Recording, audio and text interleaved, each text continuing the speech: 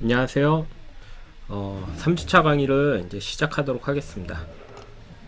3주차 강의를 이제 시작하기 전에 우리가 지난주에 이제 좀 과제를 내줬던 그 부분에 대해서 같이 한번 좀 확인을 하고요. 좀 넘어갔으면 좋겠습니다. 네. 우선은 이제 지난주 이제 그 과제들을 보면요.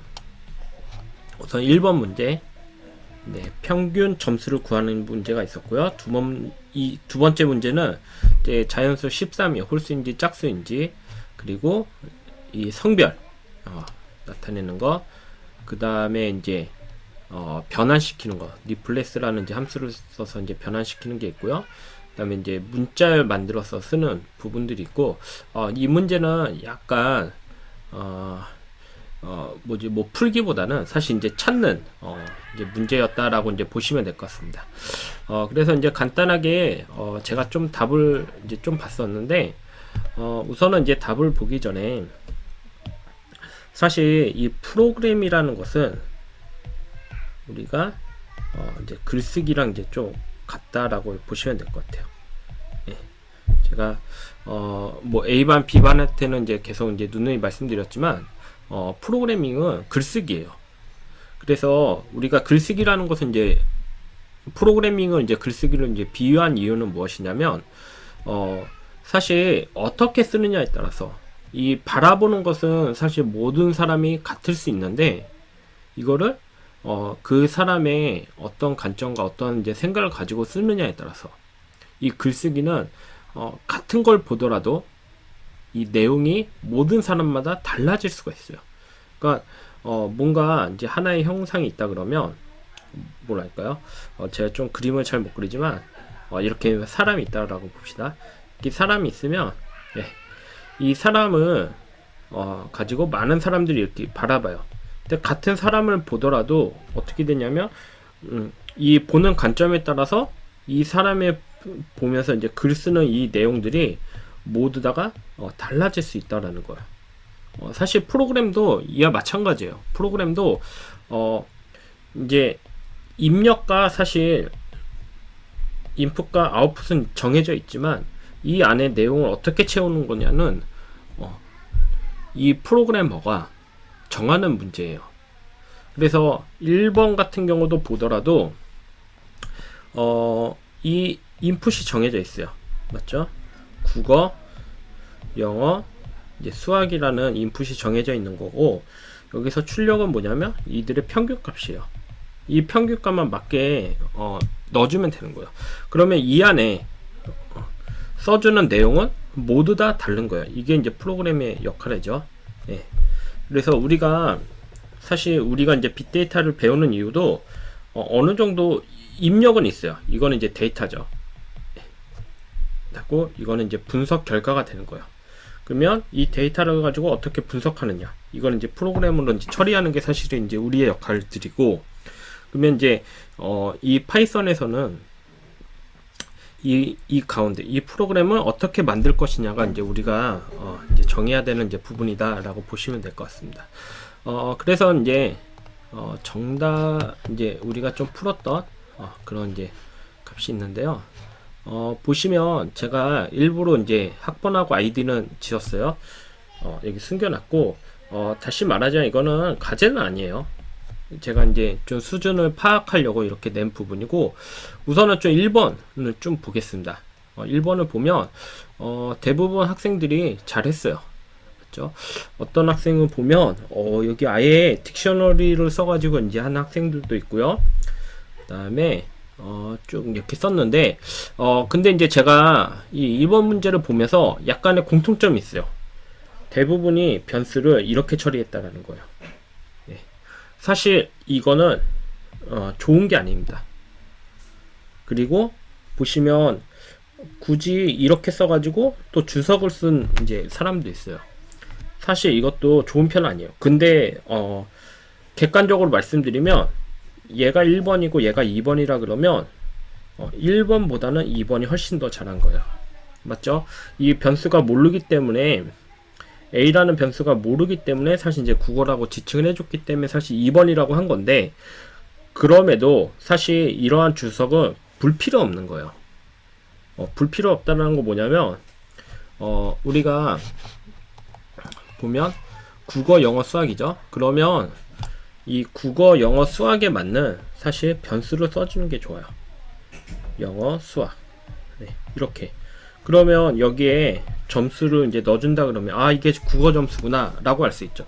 사실 뭐 KOR 코리아랑 이제 국어 점수랑 헷갈릴 수도 있죠. 그렇다면 뭐 이런 식으로, 아니면 뭐 코리안 한국어 코리아죠.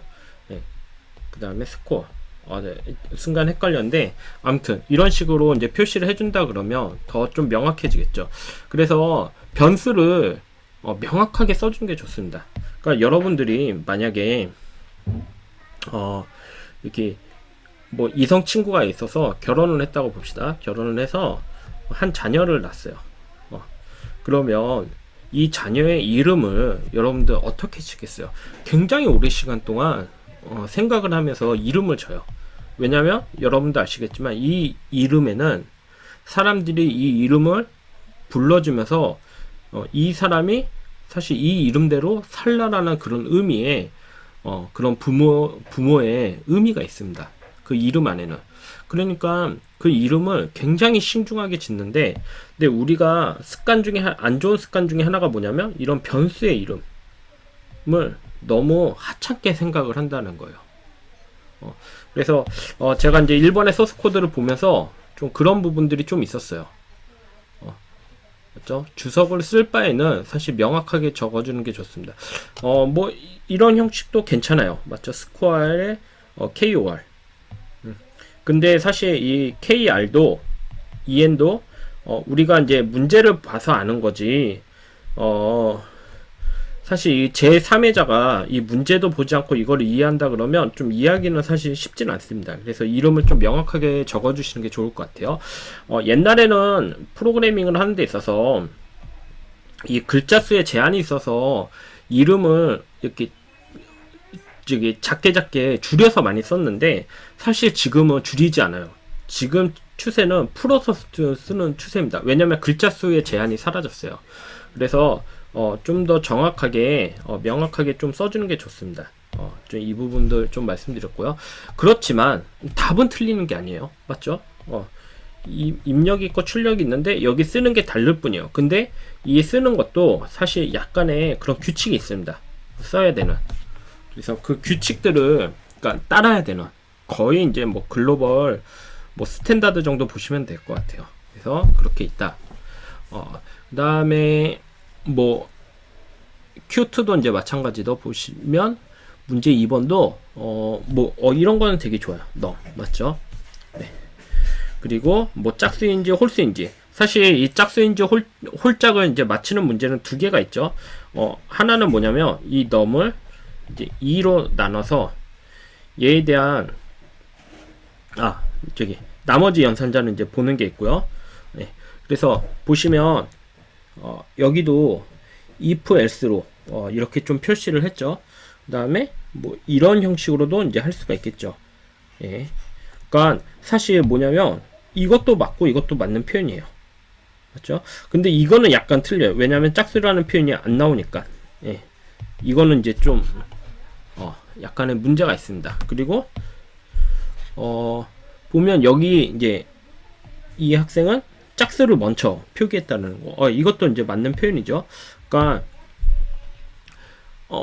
이 중간의 답은 사실 정하기 나름이에요. 근데 이거는 좀 사실 좀 안 좋은 그런 그런 표현입니다. 그리고 뭐 나머지는 이제 쭉 비슷하고요. 다음에 이제 Q4번에 보시면 이제 이 주민번호, 가차 주민번호가 있는데 이 남성인지 여성인지 아는 거죠. 근데 여기 1은 잘 추출했는데 이 1의 의미가 뭔지 좀 해줘야 되죠. 남성인지 여성인지.